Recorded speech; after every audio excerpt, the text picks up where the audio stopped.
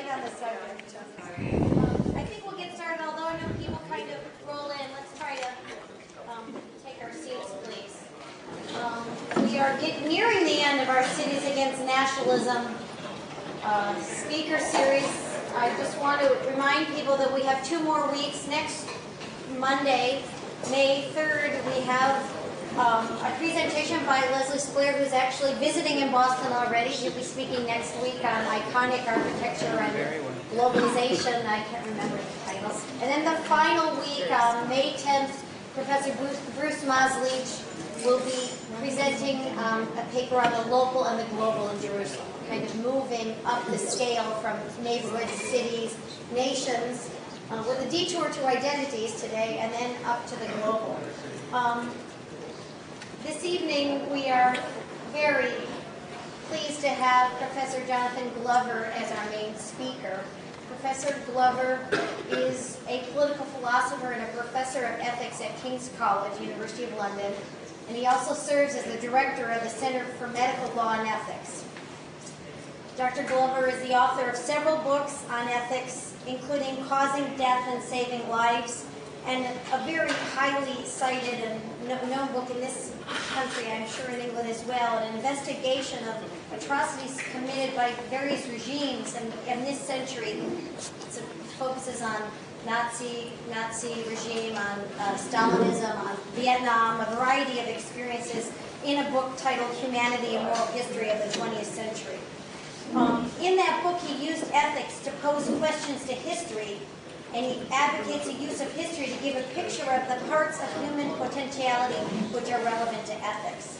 And I also wanted to mention in the conclusion of that book, he underscored the importance of moral imagination, involving both emotions and intellect, as a basis for enabling creative human responses in a way to rival those which are deadened by distance, tribalism, or ideology. So we really look forward to seeing the extension of these or other new ideas in your presentation today, the title of which is Identity and National Conflict. After Professor Glover finishes, as is our custom, we'll have a commentary, and we're pleased to have Dr. Nadim Rouhana as our commentator today. Dr. Rouhana is a visiting associate professor of international diplomacy at Fletcher, down the road at Tufts University. Taught sociology at Tufts University, and has taught in the graduate program in dispute resolution at the University of Massachusetts, Boston, for an extended period. He also co-chairs a seminar on international conflict analysis and resolution at Harvard, and his publications include Palestinian Citizens in an Ethnic Jewish State, Identities in Conflict. He's also the author of several articles on citizenship, democracy, and intergroup conflict in volumes in journals, including the Journal of Applied Social Psychology. So I think there's an overlap of interest between our 2 speakers today, and I'm really looking forward to how that unfolds. So we'll begin with you, Professor Glover. Diane, thank you very much for that generous introduction, and thank you for inviting me to this extremely interesting series. I've said privately to Diane that when I saw the stuff about the series, I felt hugely disqualified, really, as I'm no kind of architect. I've never been to Jerusalem. I know little about the social sciences. But I was hugely flattered to be asked, and even though I felt that in a way I would be more appropriate as someone sitting in the audience, and I asked if I could be sent the readings for some of the other weeks, because all the other sessions sounded so interesting. I want to talk a bit about, to start just briefly mentioning a few things about cities and conflict, and then I want to talk more about conflict and its psychology, and then at the end I'll try and get back a bit to cities. I think one of the things which is rather striking about cities is that from the time of Homer until the 20th century, cities were on the whole places of security from external attack. I mean, even in the siege of Troy, which Homer talks about, there was still a sense that you escaped from the battles outside into the city of Troy. When Hector was defeated at an early stage in single combat, he retreated inside the city of Troy, where he was safe from enemy attack. And in Sophocles' play, he gives to Creon, who's arguing against Antigone, that you should put patriotism, put the city-state before personal or religious commitments. Creon argues that the safety of the city is really the foundation of all other values. In the Fagel's translation, Creon says, "I could never stand by silent, watching destruction march against our city, putting safety to rout. Nor could I ever make that man a friend of mine who menaces our country. Remember this, our country, our city is our safety. Only while she voyages true on course can we establish friendships truer than blood itself. Such are my standards, they make our city great." The city was a place of refuge which had to be defended because everything else depended upon the safety of the city. And this idea of the city as a place of safety has had a recurrence throughout Western thinking. Friedrich Nietzsche, at the end of the 19th century, put forward a theory that it was one of the great turning points in human history when human beings who had lived in the wild as hunters moved into communities where they had cities, and as a result he thought this was the origin of morality, because the aggressive instincts that had been deployed against enemies outside were no longer needed within the safety of a city most of the time, and as a result this aggression was turned inwards, giving rise to morality, feelings of guilt, and so on. Now, I think this has hugely changed in the 20th century. In the 20th century, it's become commonplace for cities to be targets in war. There's been the 20th century collapse of restraints on targeting civilians. There was the Blitz, which Hitler launched on London. There was, in retaliation, the so-called area bombing of the German cities in the Second World War, where at the beginning the intention was only to target military targets in cities, but because of the inaccuracy of the targeting, they had a choice of either really going ahead and just targeting the civilians or giving up the project altogether. And before the Normandy invasion, the only way they could convince the Soviet Union that they were serious about the war against Hitler was to keep up the bombing, or that's at least what they believed. I myself believe that the so-called area bombing of German cities was a war crime, deliberately targeting civilians in the way that it was carried out. But this, in turn, was the example cited by General Curtis LeMay of the United States Air Force when he did the firebombing of Japanese cities. And the firebombing, in turn, was cited as a precedent when they decided to drop the atomic bombs on the cities of Hiroshima and Nagasaki. So cities are now targets, and the civilians who live within them are no longer safe in war in a way they were before. It's not just high-tech warfare, bombing of the kind I've been describing. It's also, for instance, there are very powerful descriptions of the attack on Leningrad, the siege of Leningrad by the Nazi forces in the Second World War, and how the whole population of Leningrad was mobilized against the Nazis, although they were living under terrible conditions of freezing cold and virtual starvation. Now, more recently, the city is, I think, not just a convenient target for people who can use weapons of mass destruction like atomic bombs and the Second World War type bombing. The city is now, I think, often a symbolic target. I think it wasn't just, I mean, if one thinks of 9/11, it wasn't just that New York was targeted because there were a lot of people who could be killed, though no doubt that was part of it. I think it was also seen as a kind of symbol. The World Trade Center, symbol of American and international capitalism. The city of New York, in a way, the quintessential image of America in the world outside. And again, I think the recent attack on Madrid. Mario Vargas Llosa wrote a very interesting newspaper article a few days after the terrible terrorist attack on Madrid, in which he said this. He said, "Madrid's modernity is in the mental cosmopolitanism of its people, who, like the people of London, Paris or New York, have become citizens of the world. Without leaving the historic centre of the town, the capital of Spain is a microcosm harbouring the landscapes and cultures of half the planet. It has been this free spirit, this unblinkered mentality of an open city, hospitable and democratic, that the fanatics sought to destroy." And he goes on to talk about the 200 dead, 1,500 wounded, and like 9/11, but on a smaller scale, the people killed and wounded were of 12 different nationalities. And he goes on to say, "The killers were not mistaken in their target. Today's Madrid represents precisely the negation of the radical inhumanity of the exclusive tribal spirit of fundamentalism, religious or political, which hates mixture, diversity, tolerance and liberty."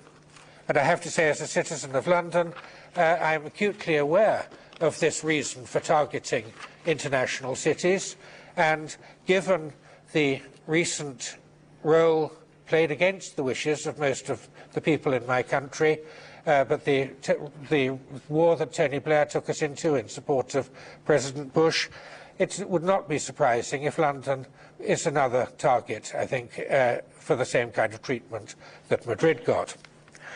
Now, what I want to do, having talked a bit about how cities are symbolic targets, I want to talk a bit about the psychology of the kind of conflicts that in which cities figure as targets. I think we increasingly see that the old-fashioned Marxist view that the primary motivation of human conflict was economic is much too crude and simple as an account of what's going on. I think in a way the deeper so, obviously there are often conflicts which are linked to economic matters. I mean, no doubt the Middle Eastern crisis is partly fueled by conflict over things like water supplies, conflict over access to ports and so on. But I think the deep psychology of much of modern conflict in the modern world is either tribalism, either a kind of deep feeling that we belong, there's us and them, we belong to our tribe and they are in our country occupying it or attacking it or trying to undermine our rights or whatever it is, or alternatively belief, differences of ideology, sometimes political, as for instance in the Cold War, but sometimes religious, as in the conflict between, to take two extremes, Christian fundamentalists in this country and Islamic fundamentalists in the Middle East. I want to talk today about tribal conflict. I mean, there's a whole interesting topic of conflicts of belief, which I'd love to have time to talk about, but I want to home in on tribal conflict today. And I want to start by suggesting that there is some evidence that human beings have a troubling disposition to join up in groups and feel hostility to rival groups, even when there's absolutely no basis for group membership. I'm going to talk particularly, as many of you may know this already, there's a powerful social psychology experiment carried out many years ago by Philip Zimbardo and his colleagues, in which he took college students and they were asked to take part in a psychology experiment on role-playing. And half of them were to be prisoners in jail, and half of them were to be prison warders, prison officials, prison guards. And the students were assigned to one group or the other randomly, and they all knew they were assigned randomly. I don't know exactly how he did it, but it was as though he got them to line up in a row and he'd say, guard, prisoner, guard, prisoner, guard, prisoner. They knew that they had been assigned randomly. But after a few days, Zimbardo was forced to stop the experiment because of the appalling brutality with which the people who were role-playing prison guards treated the people who were prisoners. And already feelings of hostility, animosity had developed between the two groups, which manifested themselves in this, although they knew there was no basis whatever for it. I have a trivial anecdote to illustrate the way in which hostilities can get together, can be set up without there being any real basis. Some years ago, I lived in a road in London called Regent's Park Road, and there was a road just next to it called Gloucester Avenue. And it used to be that the traffic went down both these streets. And the local council decided it would be a good idea to shut off the traffic from Gloucester Avenue so that that would be a peaceful, quiet road, with the result that all the traffic went down Regent's Park Road. And you can imagine that the Gloucester Avenue people all supported the scheme, and the people in my street, Regent's Park Road, all opposed it. But I was very struck that when I went to one of the meetings where we were trying to argue against this scheme, and a fellow resident of Regent's Park Road said to me, talking about something the Gloucester Avenue people had just done, said, "Isn't that just typical of those Gloucester Avenue people?" And what is so absolutely fantastic is, of course, these identical roads, it's total luck that some of us happen to be in one street and some of us happen to be in the other. And yet already there was this feeling that, of course, the people in that other street are absolutely terrible. So what I'm trying to suggest is that part of the psychology of conflict is there seems to be this really troubling disposition simply to take sides, even when there's absolutely no historical, ethnic, religious, ideological basis for doing so. And indeed, some sociobiologists have speculated that there may be roots in the type of life that people lived in the Stone Age, when it's said that our genotype roughly stopped evolving, which might even suggest that there could be a genetic disposition towards this kind of hostility. But of course, most hostility isn't actually between randomly chosen groups. Most hostility is between groups which are either national groups or religious groups or ethnic groups of some sort. And I think one of the striking things which I'm always struck by anyway in the social science and historical discussion of nationalism is how extraordinarily recent many of the European nation states are. People like Ernest Gellner, Benedict Anderson have suggested that it's very much a feature of the post-medieval world that these nation-states exist. And let me just take one striking example, the case of Germany.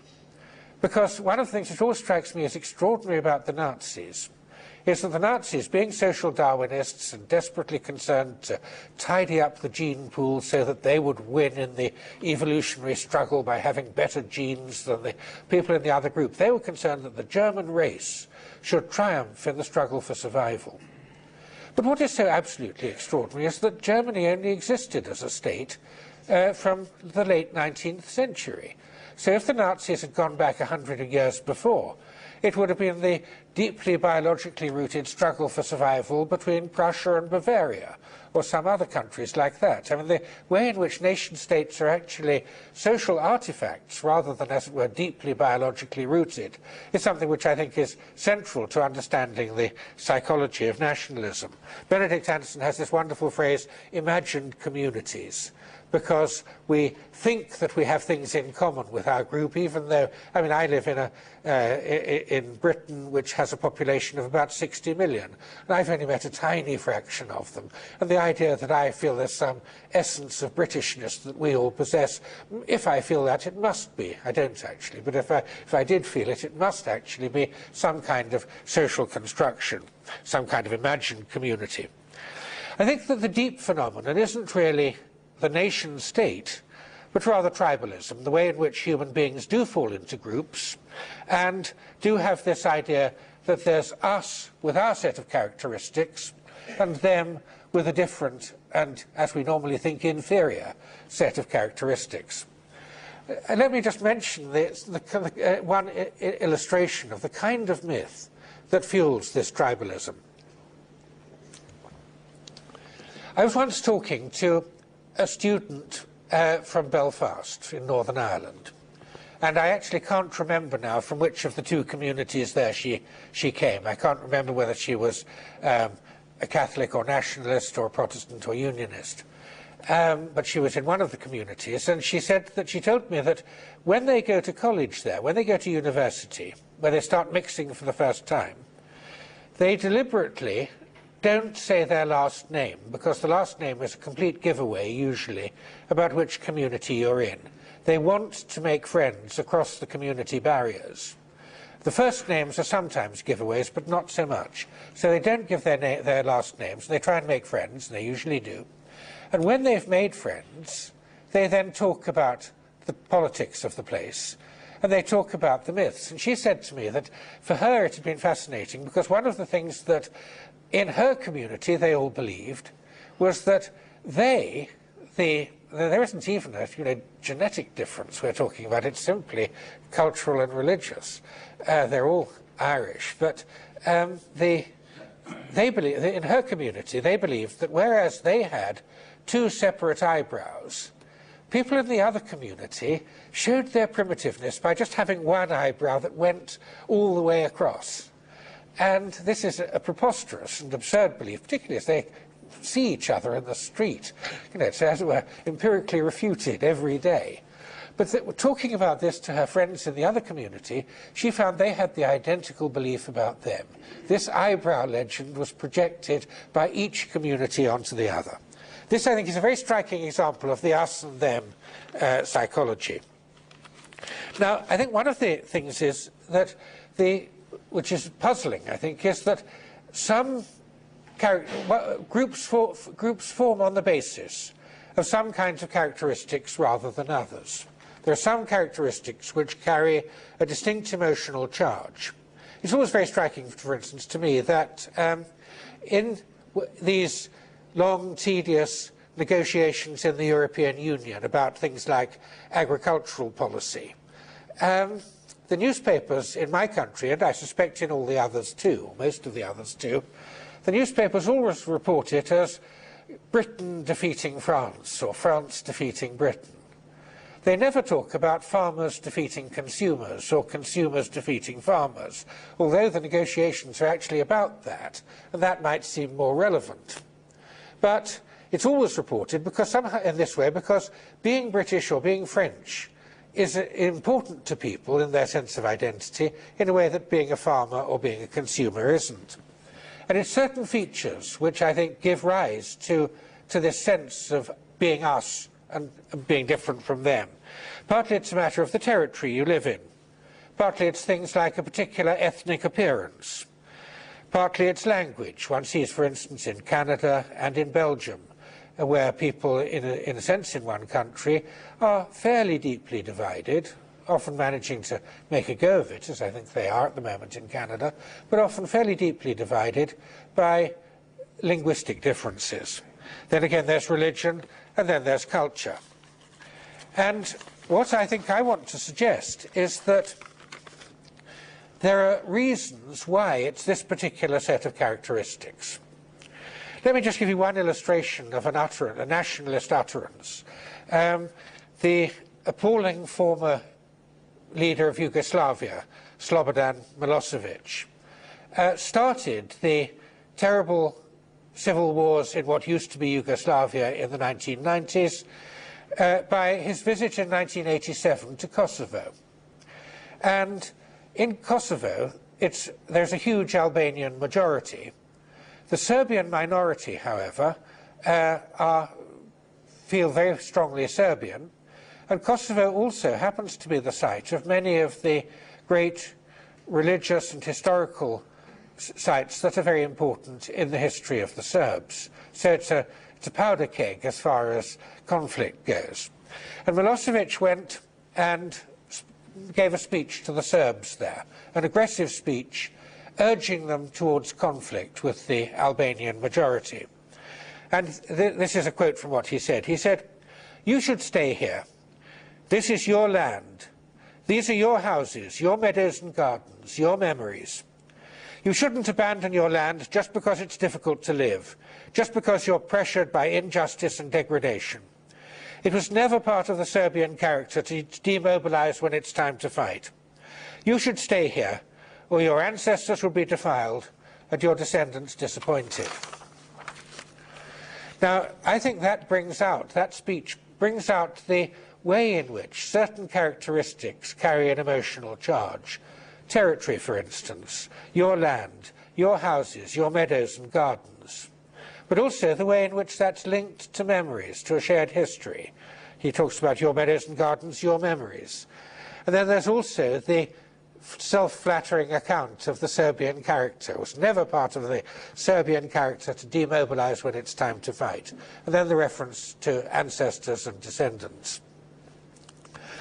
Now, I believe that tribalism, this sense of national identity, and its great importance and its devastating powers for fueling conflict, I believe this is linked to something quite deep in us about our personal identity. I think tribal or national identity comes from our own need to create something coherent out of our lives. Most of us don't set out. I mean, John Rawls has a wonderful idea where he talks about people having a life plan. Now, I think that that's an idealization, what some social scientists might call an ideal type. Few of us actually sit down at the age of 20 and construct a life plan until we're 80. Most of us, it's a much more messy affair than that. I mean, I feel my life, since this is an architectural place, I feel my life is a bit more like a sort of sprawling kind of medieval higgledy-piggledy town than a planned garden city of the kind that a 19th century town planner or early 20th century town planner might have brought up. But all the same, even if we don't have a life plan, most of us do have some idea that we want to create ourselves to some extent. We want to create our own identity. We want to be in charge of our lives. We have a conception of the sort of person we want to be, and perhaps even more the sort of person we don't want to be. And this, I think, quite deeply important project in our identity involves some kind of narrative. We have a narrative story we tell about our own lives, and that story is, it's like writing the novel of your own life. That story is bound up often with places, so that when Milosevic says these are your houses, your meadows and gardens, that will strike a chord in people. It's also a story bound up with other people. The story of my life is bound up with my parents, my wife, my children, my grandchild, my friends, all sorts of people I've met, who I've taught. They all play a part. And they, in a way, also confirm the public nature of the story. The fact I can talk to them, I can say, do you remember when we did such and such?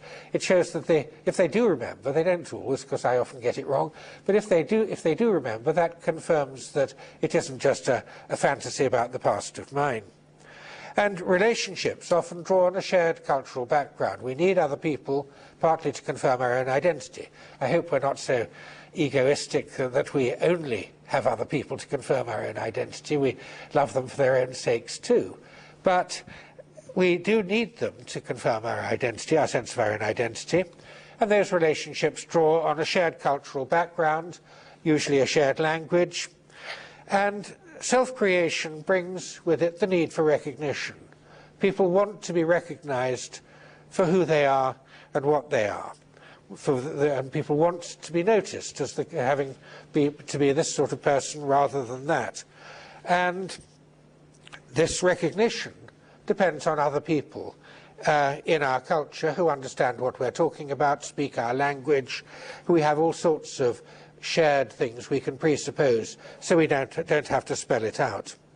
So any lack of respect for that culture and language is in turn a threat to the value of the recognition we receive. So in that way, the national narrative is, I think, parallel to a personal narrative, and the national identity on which, the cultural and national identity on which our own sense of our story, our personal story being validated depends also upon a story constructed about what it is to be American, what it is to be Israeli or Palestinian, what it is to be English, and so on. And these narratives are often rather dangerous because, on the whole, embarrassingly, the narratives often are narratives of conflict with other groups and often bring out how much better our own group is than the other group. There are narratives of victory, for instance, and these are sometimes acted out in ways that fuel conflicts. In Northern Ireland, there's what's called the marching season, where people go on, the Protestants go on parades, where they march through Catholic areas celebrating the victory of the Battle of the Boyne in 1690 or whenever it was, over the then Catholic people there. And this is taken as a deliberate humiliation by the Catholics who live in this area, as these Orangemen march through beating their drums and celebrating the victory over the people who are living in the houses and the streets they're marching through. Then again, there are narratives in Yugoslavia of the Serbs and the Croats. The Serbs were blamed for communism by the Croats because Tito was a Serb, and the Croats in turn were blamed for the fascist state when Croatia had been allied with Nazi Germany. But it doesn't just go back that far, it goes back all the way through various assassinations in the 1930s, goes right back to the Balkan Wars at the beginning of the 20th century, and I shouldn't be surprised if one went back then, one didn't find those Balkan Wars were fueled by narratives going back deep into the 19th century or even perhaps further. And as a result, you get these vendettas. And it's striking that part of the vendetta often involves the wish to obliterate the other side's version of the story.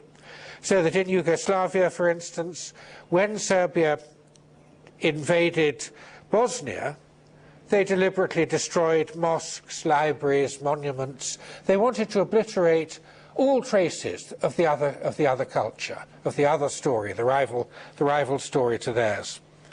And the vendetta goes on. In the 1990s, many of the Serbian leaders were themselves the sons, the Serbian leaders who led the war against Croatia, for instance, the politicians and the generals, were in many cases sons of people who'd been victims of the fascists in Croatia in the Nazi period. So that General Mladic, for instance, now wanted for war crimes, the Serbian general, his father was killed by the Croatian Ustaše. And General Adzic, who had, as a child, had hidden in a tree while the Ustaše hacked his parents to death. Well, he was the person who planned the war on Croatia. And Milan Kovačević, who ran a chain of Serbian concentration camps in the 1990s into which Croatian people were put, he himself was born in Jasenovac, which was a Croatian concentration camp for Serbs back in that period. And so you can see the spiral go on. And sometimes people involved in these conflicts have the wisdom to see that this is all one big trap. They're mutually entrapped by these stories.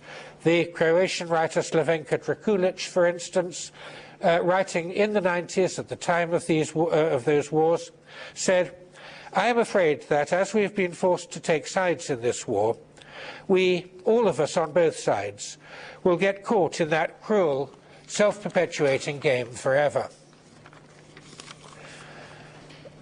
The theoretical account given of this was of nationalism as a response to defeat, was given by the German poet Schiller.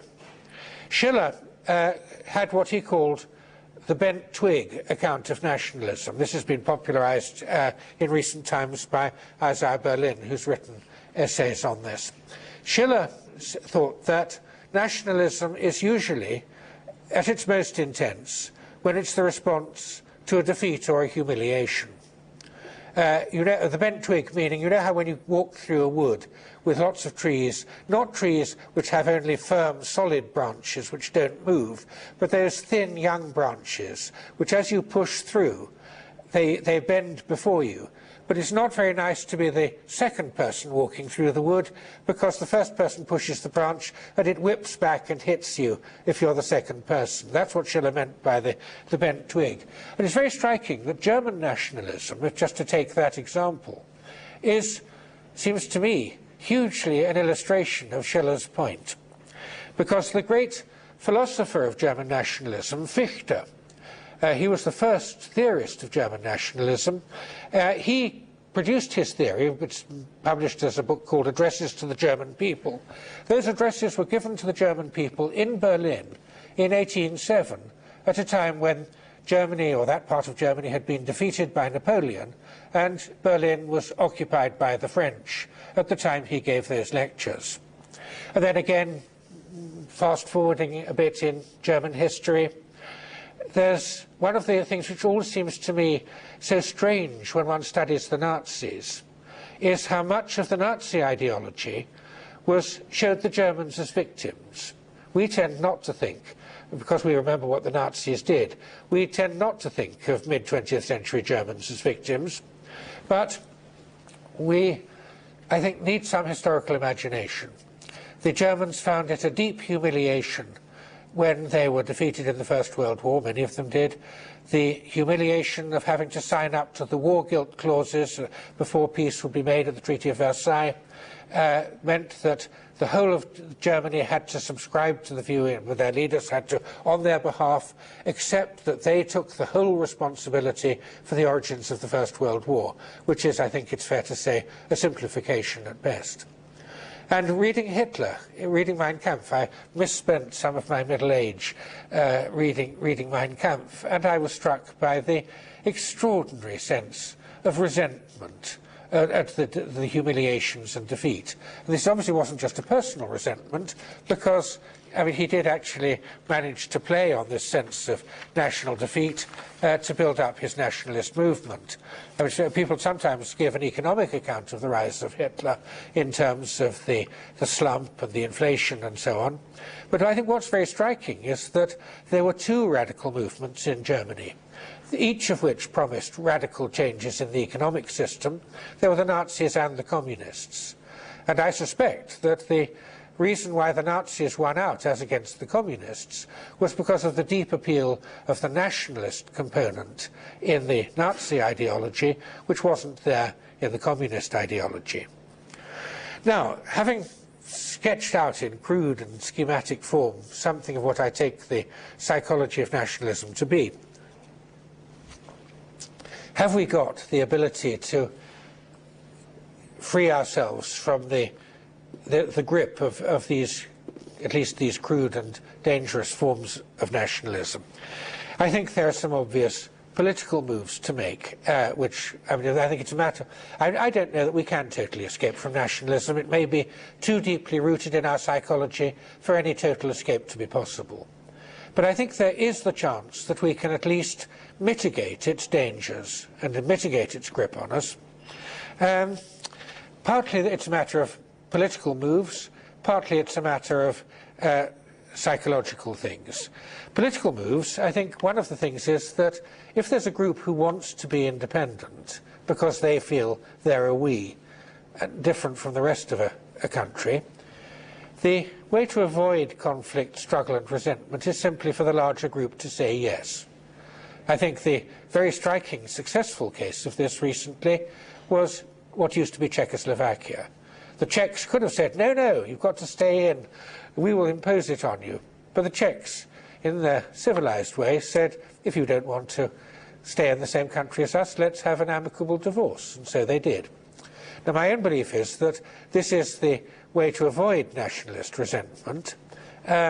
I think, for instance, as an English person, I think that if the people of Scotland want to be fully independent, I would welcome that. I wouldn't stop being friends with Scottish people because there were 2 delegations at the United Nations instead of 1. It doesn't seem to me to matter hugely. Then again, there's the idea of the soft-edged nation-state.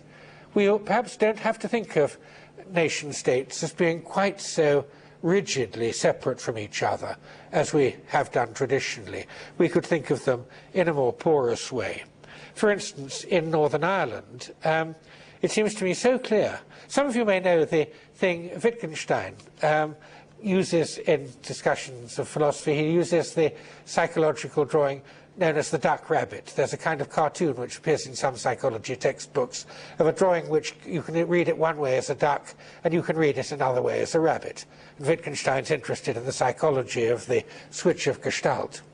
Now, my feeling is that a place like Northern Ireland is a classic duck rabbit. One lot of people say it's just part of Ireland and that's it. And another lot of people say, no, no, it's just part of the United Kingdom and that's it. Well, it seems to me what we've got is one lot of people saying it's a duck, one lot of people saying it's a rabbit, and if you try to be a little more objective, it starts to look a bit more like an ambiguous figure.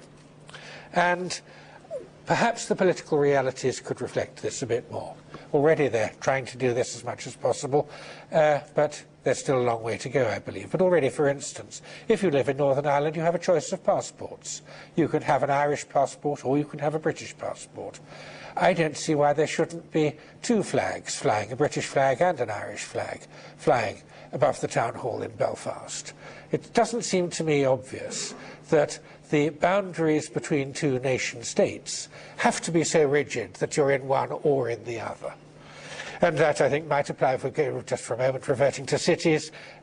Possibly this would be this idea of the shared sovereignty would be something which could be applied to Jerusalem, for instance. Then again, there are the psychological moves that we need to make. One thing is, of course, we simply need to understand the psychology of nationalism and to be aware of how dangerous it is. I mean, when the two groups of students in Northern Ireland discovered that they each had this stereotype about the eyebrows, they learned something deep and important, which I hope will stay with them for the rest of their lives. It seems to me if we have that kind of understanding, we will be a little bit more sceptical when we're told by our own politicians that we are utterly in the right and the other group are the axis of evil, or whatever it is, whatever denunciatory phrase is used. Then again, there's the possibility of acts of generosity across the boundary. For instance, the Israeli writer David Grossman talks about how one time when I think 12 people were killed in a terrorist attack by Hamas, a Palestinian friend of his called him up offering to donate blood. That kind of act must make a difference, especially if it's publicized, must make a difference to must at least complicate the crude, hostile story that's told about the other group among the other side. Now let me just, for a moment, say something about cities. As I said at the beginning, I have disqualifications for being here and talking about cities because I'm no architect, no town planner. I live in an international city, London, and love it. I love Boston, I love New York, I love Paris, I love all sorts of cities, but I have no special expertise, so that what I'm going to say about cities is going to seem, I think, a little amateurish and crude, and you may even feel not entirely about cities. But the first thing is that big international cities, by the way they act as magnets to draw in people from both sides of a conflict, can act as somewhere which gives people space for reconciliation. I want to just tell you a bit about an Israeli and a Palestinian who met in New York. I read an article recently by an Israeli writer called Dorit Rabinyan, who went to New York as a young student and met a Palestinian artist called Hassan Hourani. And they had a relationship. Across the barriers, they had a deep and amorous relationship. And then, sadly, Hassan went back and was drowned in an accident in Palestine. And after his death, she wrote a letter to him, talking about their relationship, and talking about how she felt about him and about the role of New York in bringing them together.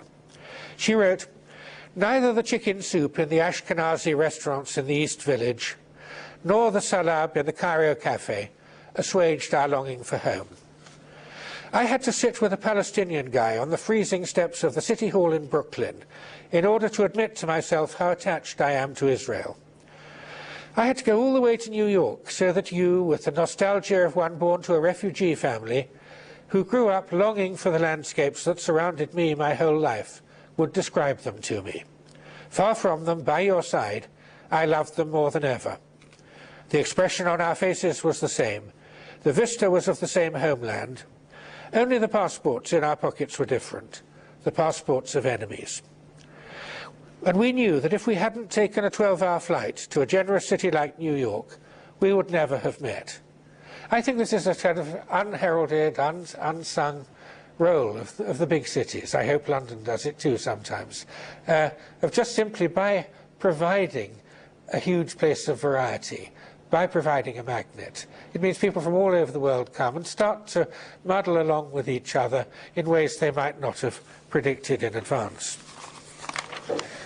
Then there's also the way in which cities, by having large numbers of people, can make huge and impressive demonstrations of solidarity when they are attacked.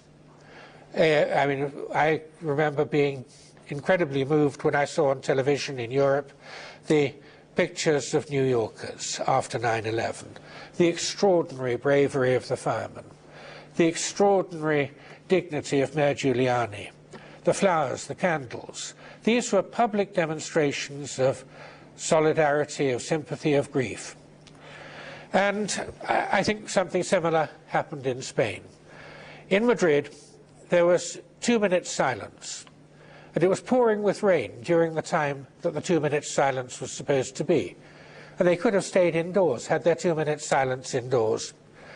But they had to be seen. They wanted to make a public demonstration. So they came and stood out in the rain, partly to show they weren't scared off the streets by the fear of terrorism, because at that stage nobody knew that there might not be more bombs somewhere. They were showing they weren't scared. They were showing their solidarity with each other, and there was a sea of hands holding up bits of paper simply with the word no. That's something which I think a city gives the scope for. You can do it in a village too, but it doesn't have the same impression as the huge mass of people coming together to show a united city of an enormous size. Now let me say something just brief, because I don't want to finish without saying anything about the Jerusalem project. I think this idea that you've had at MIT is a terrific idea of thinking about Jerusalem as a city that might one day transcend and show the way to transcending the terrible conflicts. I think it's particularly courageous to put forward this idea at the moment because, as we all know, this is an extraordinarily dark time in the Middle East conflict. But I just have a couple of things to say about Jerusalem. One is that I very much hope that in the plan for the New Jerusalem, if I can use the phrase, I hope that there will be joint schools for Palestinians and Israelis. It's one of the curses in Northern Ireland that Protestants and Catholics go to different schools, and this is accepted as a mark of religious tolerance. But the result is the eyebrow rubbish. They hate each other, they never meet each other, and there were appalling scenes about 2 or 3 years ago of young children of about 5, Catholic children, going to some school, walking through a Protestant district and being jeered by adult Protestants who didn't want these Catholic scum walking through their district. I mean, it was a shaming and humiliating thing for anyone who is in the same country as that group of people, to see adults treating 5- and 6-year-old children in that way because of this tribalism. And if there were shared schools, I think the problem would not be nearly so acute. Now, this doesn't for a minute mean that we have to have any lack of respect for the differences of culture. Judaism and Islam are different religions, and that's obviously not by any means the whole of it. They're whole different cultures. But I do think that shared schools, even if they sometimes separate to be taught their religions, though I rather hope that sometimes they'd invite each other in for the religious classes so they could hear the other point of view. The other thing is, I'd like to see a building now. This is really before the conflict ends, because this is something to try and help the conflict. I'd like to see a building, and preferably as dramatic as possible. I mean, having recently been to Bilbao and seen the amazing impact on that city of Frank Gehry's new Guggenheim Museum, I'd like to see a dramatic building to be designed and built by a mixture of Palestinians and Israelis. And the point of this building would be partly a celebration, a kind of museum of both cultures, both religions. They might even be generous enough to include the third religion, Christianity, that has Jerusalem as so important in its story. But it would also be, it wouldn't just be a dead museum, it would have live projects going on to try to further the peace process. And let me just mention one of the projects that I believe, I'll mention a couple. One is, one of the most heartening things in the when the discussions in Northern Ireland leading up to the Good Friday Agreement were taking place, one of the most heartening things was that people came from other conflicts to try to give the lessons which could be learned from them to help the people in Northern Ireland. People came from South Africa to say, look, we were in this terrible mess of conflict and somehow we've more or less transcended it, and you can learn about truth and reconciliation commissions, you can learn all sorts of things. And I thought that was terrific. One thing could be that the building I envisage, which really needs to be set up, as I say now, not in 20 years' time, because the conflict, you've got to end the conflict before the project, you've got to do something towards ending the conflict before the project that you're talking about really can get going. But I would like to see this happen now. A project where people, joint teams of Israelis and Jews, Israelis and Palestinians. Jews, I never know what to say because there are Palestinian Israelis. So I'm never quite sure what the right terminology is. You know what I'm talking about. People from both sides could study other conflicts and see what they could learn from them. But the other thing is, I would like to see projects which would try to weaken the grip of the single-minded, relentless, one-sided tribal narrative.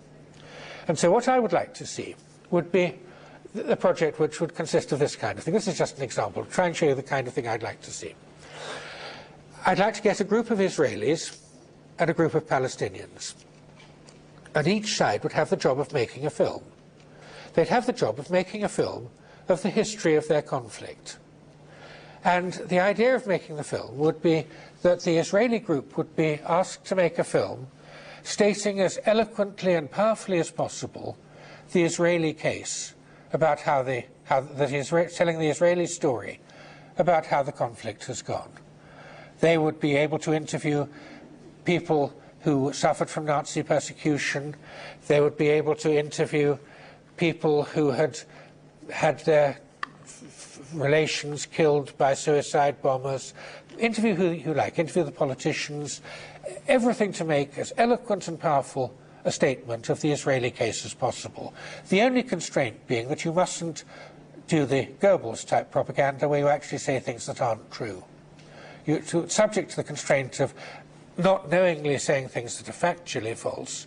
Make the most powerful case you can. Then I'd want the Palestinians to do exactly the same about their side. Make the most powerful case you can.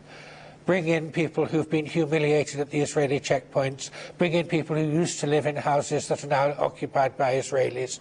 Bring in people who've known the refugee camps. Bring in people whose houses have been bulldozed by the Israeli army.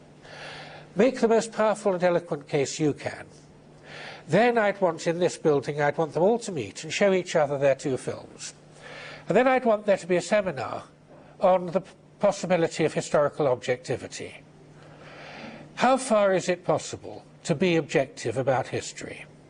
And I'd want them to discuss whether, at least in theory, it would be possible to make a film of the kind that God might make, God or Allah might make, about the conflict. Now, I happen not to be a religious believer, so I'd happily substitute Tolstoy as our nearest, the nearest we can get to the God's eye view. But the question they were to discuss would be, would it be possible to make a film that does justice to the points made in both the two films that have already been made? And the next thing would be to get them to work together and go away and make that film. Now, of course, that would be, if it worked, there's obviously so many ways in which such a project could come unstuck. But if it worked, that would educate, say, a couple of dozen people on each side, depending on how many were on the teams. I'd also want there to be a meta-film being made by somebody else about the whole process, so that the whole world could learn from what was going on. This is the kind of project I'd like to see to weaken the grip of the tribal narrative. And this kind of educational project, I think, needs a building in Jerusalem now, rather than waiting. I'm sorry, I've gone on rather a long time, but thank you.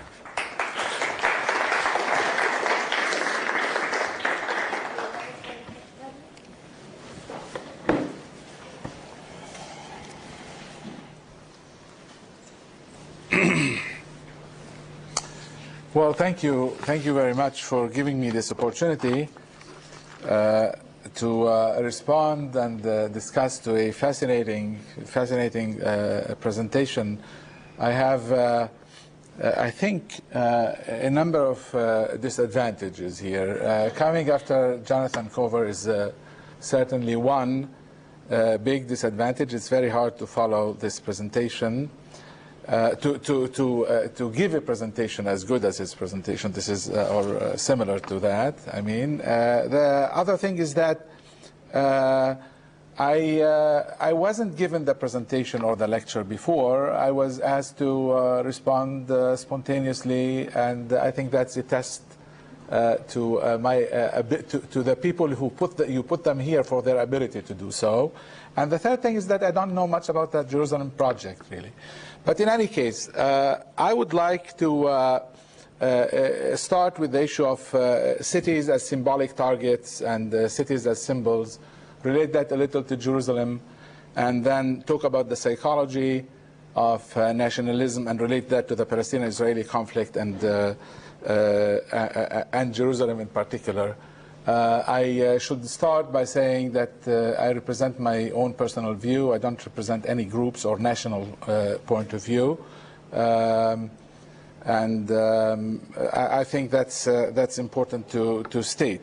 Now, I think the cities as symbolic targets is an interesting idea. I think that cities as symbols as such is a very interesting idea, and for somebody who is coming from that part of the world. I should also say that although I agree with Jonathan on many of, I would have presented something similar in terms of the psychology of nationalism and what needs to be done in terms of historical narratives if I came from London. But because I'm coming from the third world originally, and because I'm coming also from a powerless group in the Arab-Israeli conflict, that is the Palestinian group, you will see that I will bring different views and analysis on how this could be done. So cities as symbols is a fascinating idea, and somebody who is coming from that part of the world would probably, even if he or she were to be a Palestinian, in a normal development of the region. Let's say normal development of the region would mean a struggle of the Arab nations, and I use struggle because it's the word that's used in the third world, and I use nationalism. I don't ask the question how to mitigate nationalism or how to reduce nationalism. I think nationalism in a particular stage of nations' development is something to be sought, to be encouraged, actually. So the struggle, if the struggle of the Arab nations for liberation from the colonial projects altogether were to continue in a normal way, I think that Jerusalem would have occupied a symbolic piece in Arab thinking and emotions, but I doubt how much that piece would be for secular Arab nationalists and secular Palestinian nationalists. I think Baghdad, for example, might have occupied a stronger place. Baghdad as the cradle of the golden Arab age, the cradle of civilization, the place where Arab science, philosophy, arts, literature, libraries, and so on developed, might have taken a stronger place, a stronger symbol. Certainly Damascus would have been another one, because Damascus is the secular capital of the Umayyad empire, Caliphate empire, that tried to unite the Arab world. Certainly Damascus plays on that role until now. Cairo, Beirut, Algiers, as the symbol of struggle against colonialism and victory against colonialism. Fallujah, at the present time, I think might take a stronger piece in symbolism as a city than other cities. Jerusalem did take that particular symbol because of the history of the conflict. Because of the history of the conflict between the Palestinian national movement and Zionism. For Zionism, Jerusalem is perhaps, well, let me put my words carefully here. For some streams of Zionism, Jerusalem is a source of moral legitimacy for the Zionist project. I can't forget the words of a minister that I was trying to remember his name, but my friends here will remind me. He's the immigrant from Russia. He was Sharansky, thank you. Sharansky, who after Sharon, after Barak, and Sharon, after Barak, Camp David, after Barak was willing to negotiate over the Western Wall, was saying, well, if you give the Western Wall, what is the source of our legitimacy in this place, in Palestine, in Eretz Israel, in his language? So Jerusalem took that religious symbolism that is related to the political symbolism, that is related to the ideological and moral justification of Zionism. And I think Palestinians tried to do the same. They went to religious symbols, and certainly Jerusalem was the capital of Palestine, but they also looked into similar religious symbols, and that was in Al-Aqsa and other religious places. And Al-Aqsa is certainly a symbol for Palestinians, but it's a symbol, it's a religious symbol. It's probably for seculars less important than for religious. Those who are nationalists and secular among us were actually worried. 5 days after the Second Intifada started, I had an op-ed in the Boston Globe about Al-Aqsa Intifada, and warning that this Intifada is going along religious tracks by calling it Al-Aqsa Intifada, by centering the Palestinian discourse around Al-Aqsa, and by having also the Israelis' discourse so much deep into religious symbols. And if we observe what's happening now, indeed, it seems that the conflict is the religious factions are strong on each side, and the conflict might go into religious paths. But can we think of a different Jerusalem? Can we think of the Jerusalem that you're thinking about, of the new Jerusalem, in the third piece of your presentation, in the future of your presentation? Can we imagine a Jerusalem? Can we negotiate a new Jerusalem? Can we have that building and these narratives, these separate narratives and related narratives? Well, it's not easy. We know it's not easy because I think that in order to free our imagination, I would argue that we need to go to the historical narratives. Actually, perhaps by accident, tomorrow I have a talk with my graduate students at Fletcher entitled something like "Who Needs History?" and the place of historical narratives in negotiation and conflict resolution, something of that sort.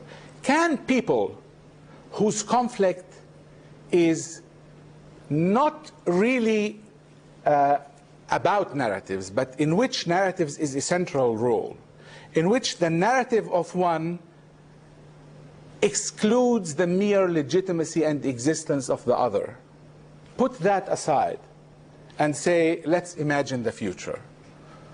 Can people who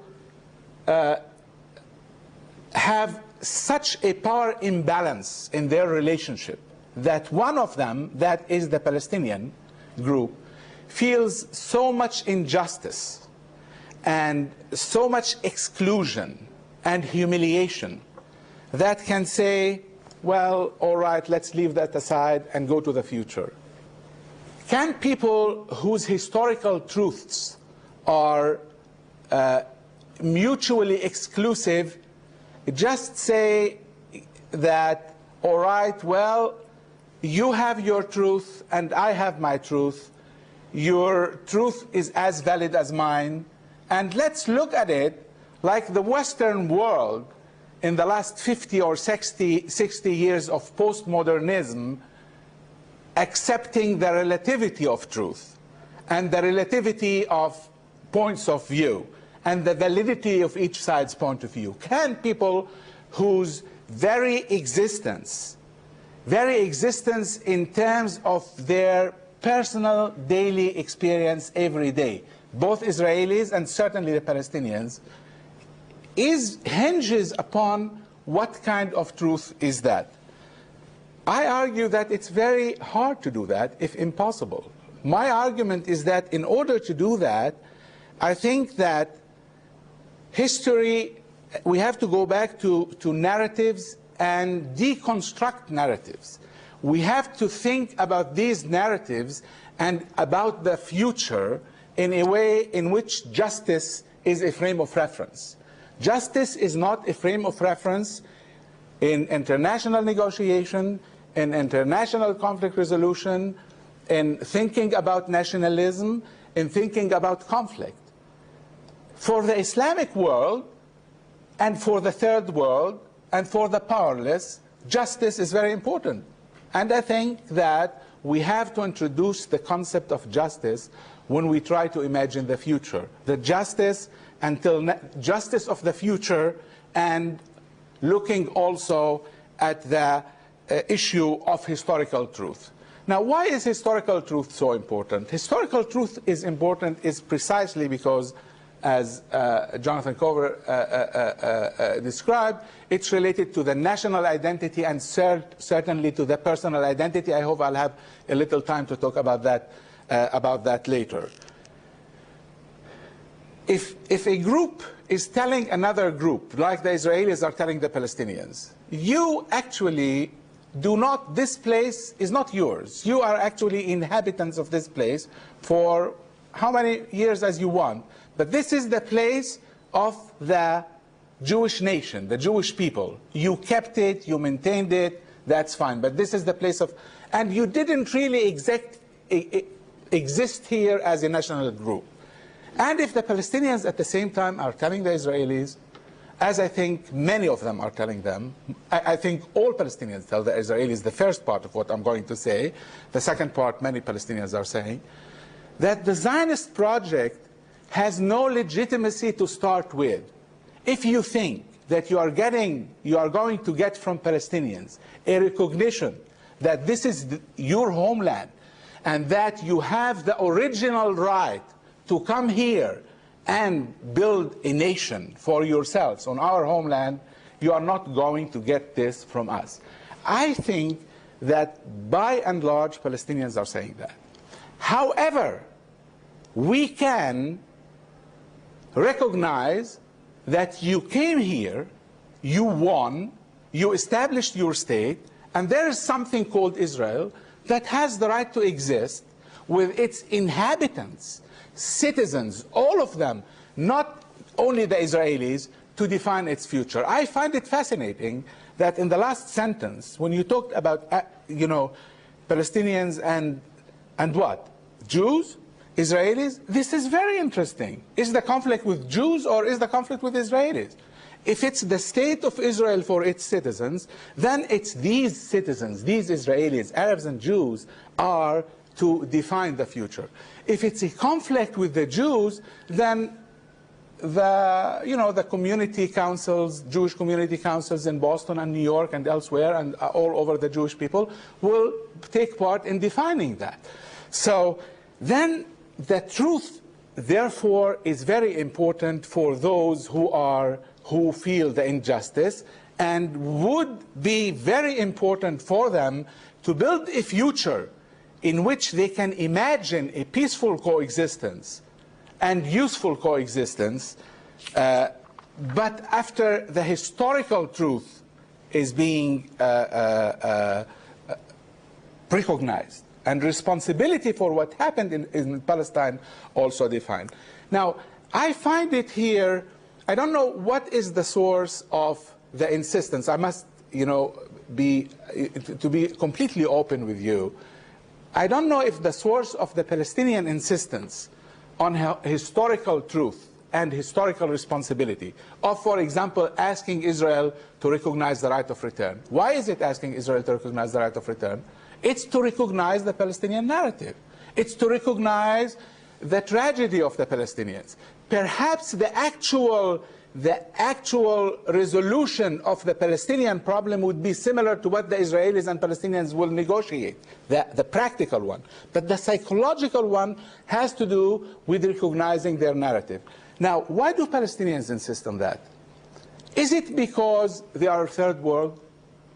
Is it because this is something that, you know, as some argue, that the third world is not in the developmental stages, hasn't come up to the you know, end of history and to postmodernism and so on? Or is it more related to being powerless and feeling oppressed and feeling the injustice so much as part of their identity that they cannot even go ahead to imagine the future without that being recognized? So I'm not actually sure. I tend to believe that it's more related to the particular Palestinian experience as a third world, people who endured injustice and dispersion.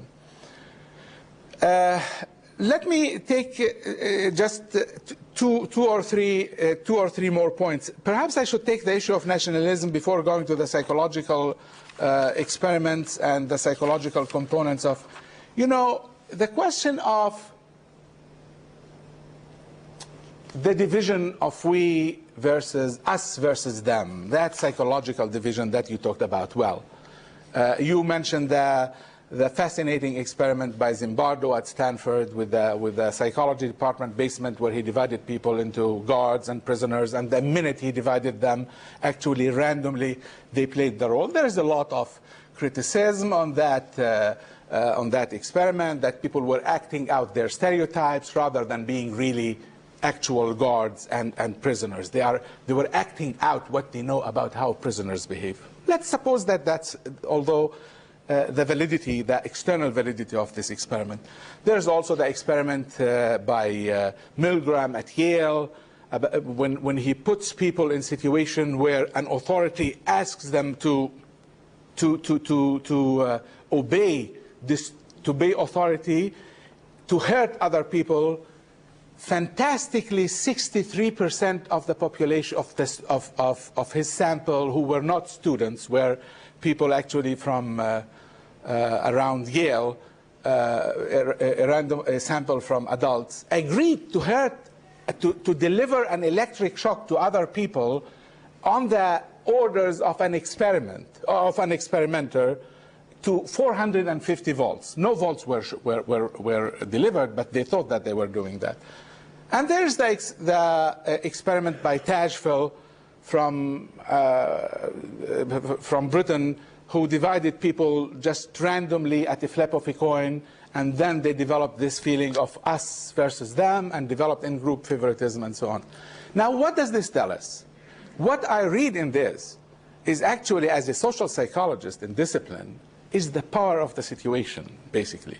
What this tells me is that when I put people in a situation in which the situation itself has its own powerful requirements, people are inclined to go with the situation, actually a little more than they are inclined to go with their personal tendencies. Even if I'm a very nice person who doesn't hurt anybody else, if I'm put in that situation of obedience, the situation forces me sometimes to do that. So I think in thinking about conflict resolution, we should also, or in thinking about the future, I think we should also think about that. We should think about changing the circumstances. I think Jerusalem as is now, with all the power of imagination, the imagination is fine, but Jerusalem as constructed now, with a group, one group dominating another group completely, designing where they live, whether they get a permit or not get a permit, actually not getting a permit, whether they leave the town or not leave the town, where they don't have citizenship, where the conditions for getting citizenship are so severe, and so on, where their land is taken, where the city is considered to be Jewish when it's binational. and so on. I think these, we have to put some imagination in also changing the situation itself, the circumstances, the constellation of power relations between the group, not only, and then therefore, you know, the issue about the tribalism.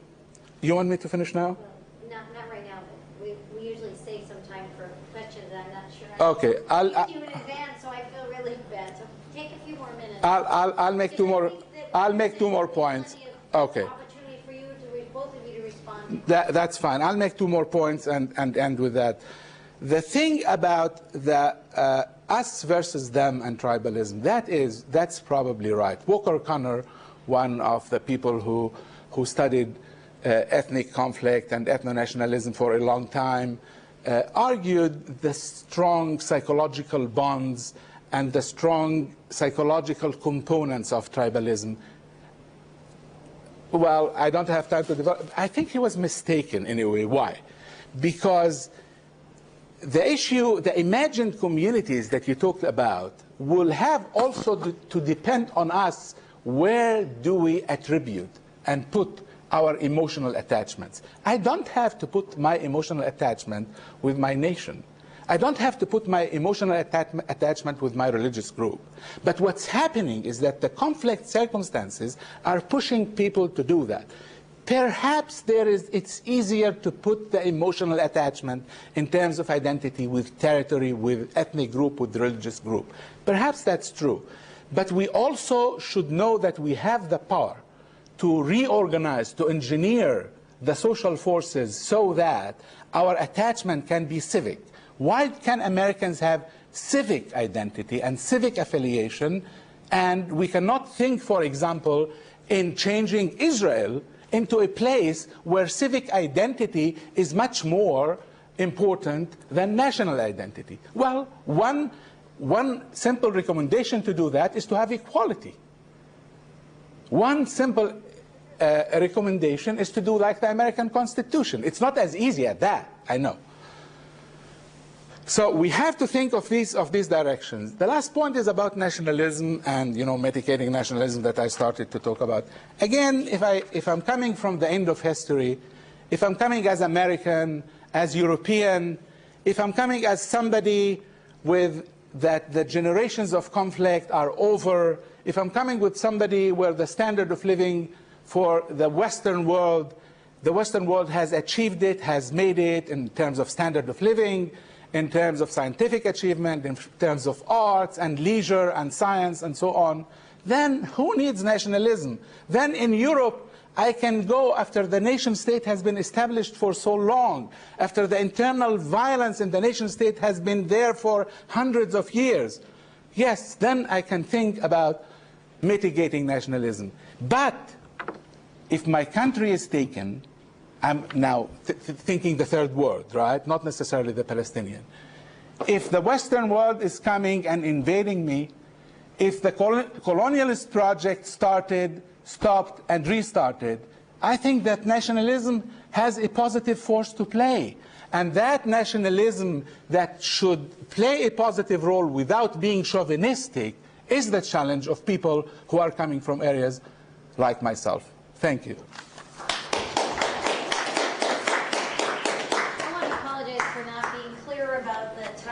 Timing here, because clearly we never, every week we go over and over, and in theory we're supposed to end at 10, but we want to have at least time for maybe 20 minutes of questions and comments. And I do want to, normally I would give Jonathan an opportunity to respond, but I think, I talked too long. I think there's some points both of agreement and disagreement in what you both said, but maybe we will start by turning it over to the audience for questions, and I'm sure that in the context of those questions, some of these things will come up. So, Evelyn? There's so many interesting points. I really agree with almost everything. I agree, especially with what you said, and much of what you said too. But it seems to me that there are one of the most important facts about ethnic conflict is its hair trigger concept, that it is so easily, it's eruption. It's not, yes, there are tribal narratives that are very stable over a long time, but they don't necessarily erupt. And the question is, when does the balance shift? So one very interesting point to look at is in the U.S., which is not a country that has been oppressed and is powerless. Quite the contrary. You spoke about 9/11 and the extraordinary sense of solidarity that prevailed for a few weeks. And not just solidarity of us versus them, but a solidarity. There was a sense of we need to understand why people would be pushed to do this, and it disappeared almost like that. It was turned into the most vicious kind of nationalism that you would the kind you would expect from a people that was totally powerless. It's that churn, I think, that is. I think that every example that you gave of a solution is always conditional. It's so the dynamics are so unstable. Separating, institutionalizing separation between conflicting groups works sometimes, and sometimes it goes the other way. It backfires, as in the partition of India. Dissolving separation, sometimes it works, and sometimes it is explosive in itself because it denies people's identity. So it's the specificity of ethnic conflict seems to me so incredibly important. And one other point that wasn't mentioned is what Freud called the narcissism of small differences. All the worst ethnic conflicts are erupting around very small differences. So, just. You want to? Please. Well, I absolutely agree about the hair trigger volatility of these situations. I think one of the problems is that peace is a rather long, slow thing to make, and if some small group on one side does something which seems to be a direct attack or humiliation for the other side, then all the old narratives, all the old hostilities are kind of there latent, waiting to bubble up. I was very interested in what you said about 9/11, because 9/11 seems to me a very striking example of the Bent Twig, of humiliation and, in a sense, defeat. Because although obviously the United States is the superpower in the world, it is the powerful country, it was a tremendous shock, clearly. It was the first time that anything, and so dramatic, I mean, the genius for publicity and theatre of the people who designed it made sure that it was a very, very powerful shock and humiliation. So for a very short time, I thought maybe the United States is going to be the only country that would manage to absorb this without the aggressive nationalist response. But alas, it wasn't to be, as you say. But I do agree that there is this hair trigger thing. But I don't think it was inevitable. I think it was, I don't think it was manipulated. There was very strong interest that it's easily pushed at that unstable point, and there are. Well, can I ask you a question? I mean, suppose there'd been a different administration in power here.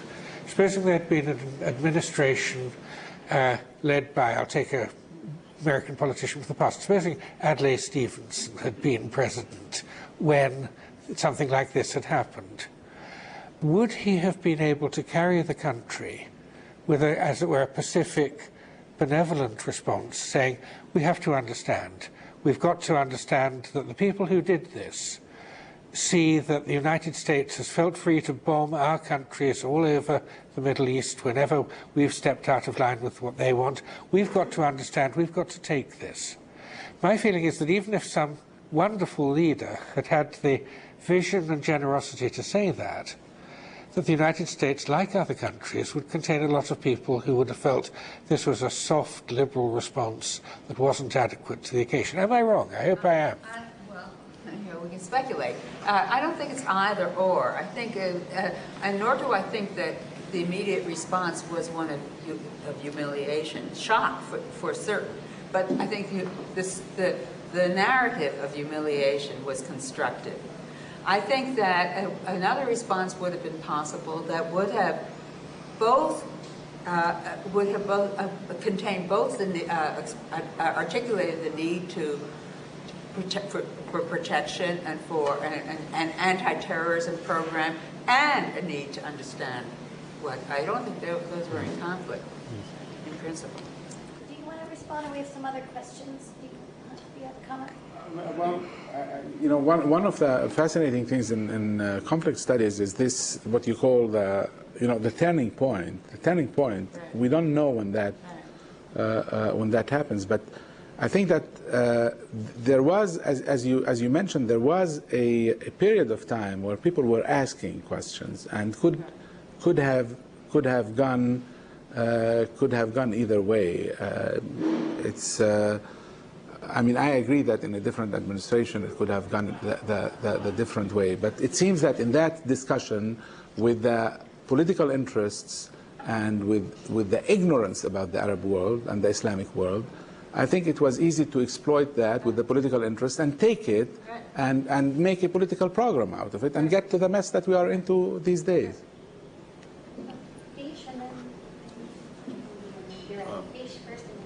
I have a question. First of all, thank you for both presentations. I think they are very, very pointed. And what I have in mind is a historical fact that I wanted to just both of you to reflect on, particularly during India's independence struggle and the role of Gandhi played. Knowing fully well that Gandhi was in a situation of powerlessness of the British colonial power, nevertheless, the way he imagined what does it mean to give a response. I think it's important for us to think of that as an example when we try to connect the dot between identity, nationalism, and conflict that automatically sort of flows in our mind, as without connecting them in a linear way that they have to. That I think in a way he was proposing a different imagination. Not that he was not acknowledging that there is power differences. I mean, he was very aware of power differences, yet for somehow he appealed to national identity at the same time. So it was not that automatically national identity leads to conflict. He appealed to the powerlessness, he appealed to national identity, and yet he didn't appeal to conflict and violence. So they don't go together necessarily always. And I think this moral imagination that we are trying to struggle with is to make a different kind of connection. Well, can I, in a way, link that with the response to my talk? It seems to me that, I mean, I absolutely agree with what you said, that justice is a very important dimension in thinking about the Palestinian-Israeli conflict. And I didn't mention everything in my talk, but I totally agree that an account which leaves out the gross disparities between the two groups obviously has something hugely missing. I accept that. But I suppose the Gandhi case is interesting because I would have thought that British colonial rule in India contained a huge amount of injustice. And yet Gandhi was able to wage a peaceful campaign. And I suppose there's a question about whether this doesn't raise a question about whether it's right to say that, as you said towards the end, the situation, everything's essentially a product of the situation. Because the situations, although there are obvious differences between colonial India and Palestine, Israel, there's still the same kind of injustice, I would have thought. So what is the explanation of the way in which we got the spiral of violence in the Middle East, but somehow, although there was terrible bloodshed with the partition in India, there wasn't, that Gandhi somehow managed to run a pacifist nationalist campaign? You're asking me? Yeah, yes. Well, I mean, this is one of the toughest questions that we have. I mean, why is it I hear, I mean, I do not. There was some debate within the Palestinian community about following nonviolent routes, and they were actually attempted to do that after the first Intifada. During the first Intifada, some people even argue that the first Intifada, in which no firearms were used by the Palestinians, but no firearms were used. It's not because, well, we don't know why they didn't have firearms, so they didn't use firearms. We don't know if because they didn't want it or because they didn't have it. It's the Palestinian resistance came at a time of the 50s and 60s in which other types of resistance used armed struggle, and the Palestinian resistance outside Palestine started as such. The PLO started as such. It was part of the third world, major third world movements of doing so. The question is whether India was the rule or was the exception. India seems to be more the exception than the rule. Now, why is India different? I wouldn't ask the question why the Palestinians are different from India. I would ask the question, why is India different from all other countries in the third world? And this is a fascinating question. I don't have the answer to that. But framing the question that way, I think, might be. It's not, I mean, one can say it fall into the stereotypic thinking of Islamic culture and violence in Islam and suicide in Islam and so on. But the zeitgeist of the 60s, when the Palestinian movement started, the PLO started, was part of the African armed struggle and third world and Asian and so on armed struggle. So it's not an aberration. The aberration is the non-violent in a way, and I agree with you that one has to think why and perhaps use it and learn from it and imagine how that could be done. We have two more questions, I think, since we're being at 7:15. Tom and then Nomi. Sorry for everybody else. This woman left. It seemed to me that for a few days after 9/11, there was a period of recollection and reflection in this country. And maybe even people talked about the root causes, what was behind. I don't remember if there was stuff written about it, but certainly that was going around. And then the group in power declared permanent war. I mean, it's really permanent. It's a permanent state of war. That's a comment. I found a similarity between Dr. Glover's remarks about the movies, which is a very clever idea, I think, and your asking for some kind of a document or historical history of conflict. I would also pose, I wonder what you think about the idea of forgiveness, transcendent action between states. People have written about it. There has been forgiveness between various states. Maybe Germany, maybe the Jews will never forgive Germany, but Germany certainly made efforts to get forgiveness and to help the state of Israel. And I wonder what you think about some sort of a transcendental impetus to get out of this business of the nation state versus nation state, or ethnic group versus ethnic group. Just throw it up. I think, if you don't mind, I'd like to. We have two more questions. Let's group the questions because I'm sorry to hit the integrity of any individual question, but I have a feeling maybe we will. Otherwise, I have a feeling we might go on a little. So let's just, Naomi, can you ask your question, and also the gentleman quickly, and then we'll let you guys respond to both the forgiveness issue and the others. First of all, just a historical comment. 80% of Africa was liberated without any struggle. So one has to review one's analysis of decolonization, at least in Africa. I won't talk about other places because I don't know them well enough. Two separate questions. Following on the notion of the sort of line between solidarity and nationalism that we heard in the previous question, or even your statement, which immediately raised the question right at the beginning of your talk, that the city was a place of national refuge and then became a place of a target. How does one make these distinctions? Where is the line? How do you draw it? What is that trigger, that elusive trigger, that takes solidarity into nationalistic places or makes a refuge into a target?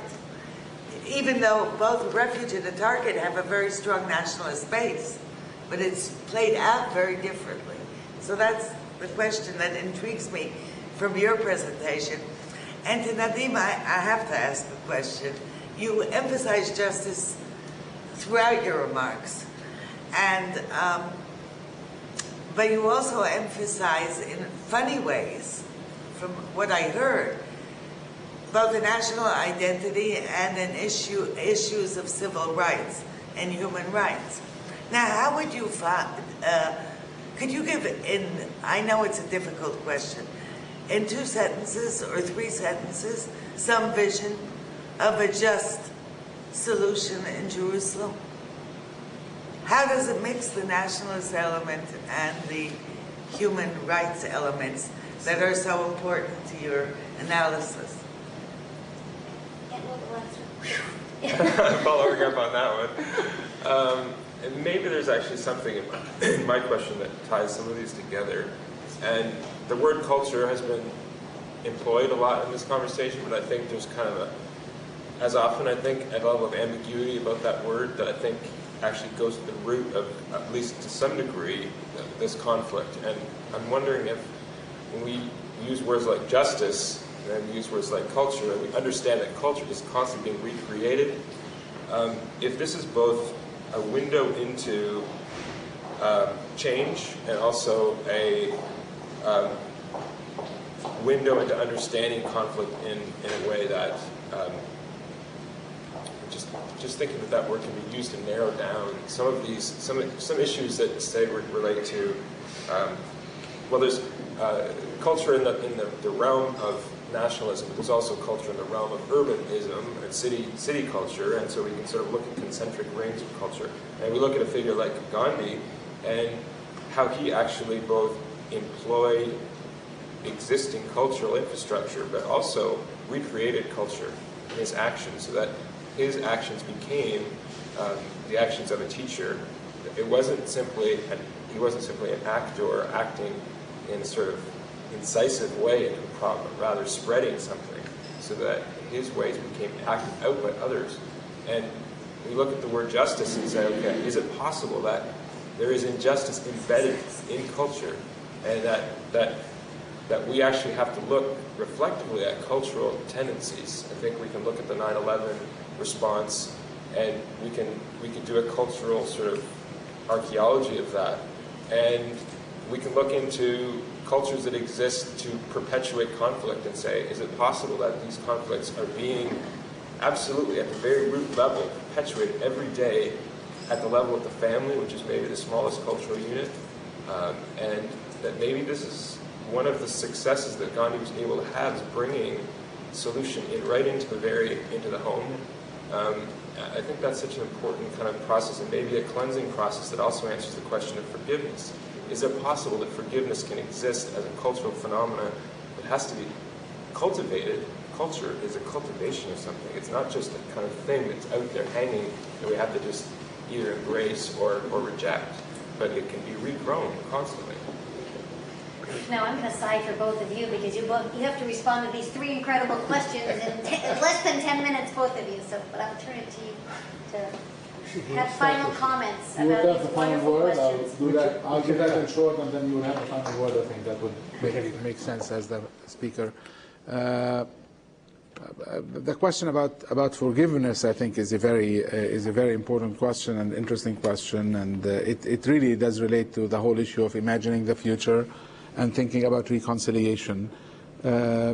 Forgiveness became important in the last 10 or 15 years in the international diplomacy and the relationship between states and so on, in light of the emergence of the importance of truth and reconciliation commissions.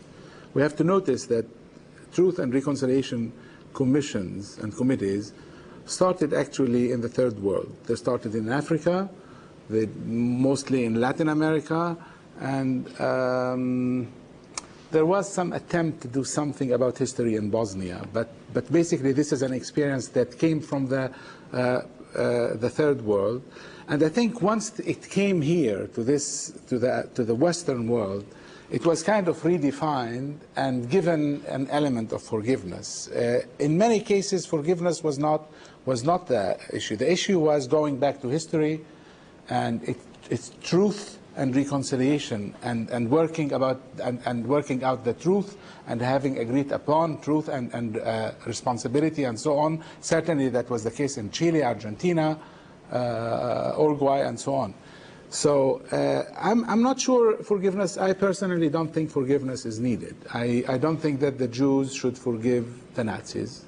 And I don't blame them if they don't, but I think they can develop normal working relationships with the German. I think if history is recognized and truth is recognized, people can go ahead and have normal, good, healthy relationships without the necessity of forgiveness. Perhaps we can leave forgiveness to the level of individual work with individuals and therapy with individuals and people who were abused and hurt and so on. On the national level, I think that the political message doesn't necessarily depend on forgiveness. Now, in terms of justice, Naomi, and I don't see any conflict whatsoever between national identity and civil rights. I think the way I think of the. Yes, I'll tell you about my vision. But I think that national identity is a tool for me to work with for people to work with their communities to achieve civil rights, for example. There's no inherent contradiction between the two. There are a number of just solutions and visions for Jerusalem. One of them, if we disagree on defining justice, which relates to culture perhaps and so on, we can fall back onto the international law. We have clear-cut indications from the international law of what justice is. I'm willing to accept that as justice, and for one to accept that as a way of dealing with the issue. So if the international law tells me two states in which Palestinians live in one state and the Israeli citizens live in one state, and there are this is what they want, two capitals, that's fine. If they want one capital for both of them, that's fine too. There is more than one way to envision it. But one unified capital for the two states is possible, and two separate states along line the 1967 borders or something similar to that. That's also just. It's clear that it's not just to have Jerusalem go all the way down to Jericho. That's not just. So at least we can agree on what is not, the Sharon plan with Bush approval or something of that sort. So there are a number of visions, and if we disagree, the international law is a great way to mediate or to arbitrate our disagreement. I find that I agree again a great deal with what Nadim has said, with a lot of it. And so I wonder if, given that there's very great time pressure, would it be outrageous if I piggybacked on his answers to the last two questions and simply concentrate on the forgiveness issue? I hope this isn't an outrageous cheat or an insult to either of the interesting questions that you both asked behind. But if I could just, I'm intrigued by the issue of forgiveness. And I think it is a very interesting and difficult issue. I think that the idea of a Truth and Reconciliation Commission is a very good one. I don't think there can be forgiveness unless fault is admitted by the person who is to be forgiven. So that it seems to me that part of what's been going on in the South African Truth and Reconciliation Commission is, although there have been some evasions, there's been a serious attempt by people who ran the old apartheid regime to say, yes, we're sorry. When people say that, it makes things much easier for the air is cleared in that way. And I think you don't have to have forgiveness. I agree with what Nadim said about you don't have to have forgiveness for normal relations, but I think it's a hugely valuable contribution because it gets rid of the feeling that you're still dealing with people who fundamentally have the attitudes which were so terrible before. I mean, I think there's a huge difference. Germany was mentioned.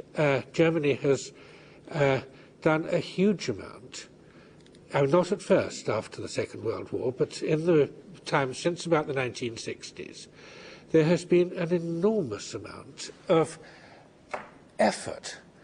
Let's not deny the Nazi genocide. Let's talk about it. Let's see how it happened. And most of the people in Germany now were either children or not born when that happened. But still, they accept a kind of responsibility because it's their culture, and they want to make it clear that our culture wasn't us personally, but our culture did this, and we wish it hadn't happened, and that makes a tremendous difference. Now, I think that makes a great. I was recently in Austria, where much less of this has happened, and it seemed to me that if I were Jewish, which I'm not, it would be much harder to feel forgiveness towards Austrians who kept saying, well, of course, we were the first victims of Nazism. We weren't the perpetrators, we were the victims. I mean, hell, Hitler was an Austrian, many of the other Nazi leaders were Austrians. We've all seen the films of the cheering crowds of Austrians at the time of the Anschluss. I mean, it's nonsense they were the first victims, but because they go on denying their role, not all Austrians, I don't want to stereotype any group, but because many Austrians go on denying their role, it must be harder for Jews to forgive them. Now, turning just briefly on forgiveness to the Israel-Palestine issue, I want to just mention two episodes which happened in rapid succession about 3 years ago. You may remember them because the pictures went round the world of both of them. The first one, there was a little boy, aged about 9, a Palestinian boy, crouching behind his father to try to avoid the bullets of the Israeli soldiers who were shooting at them. He failed and he died.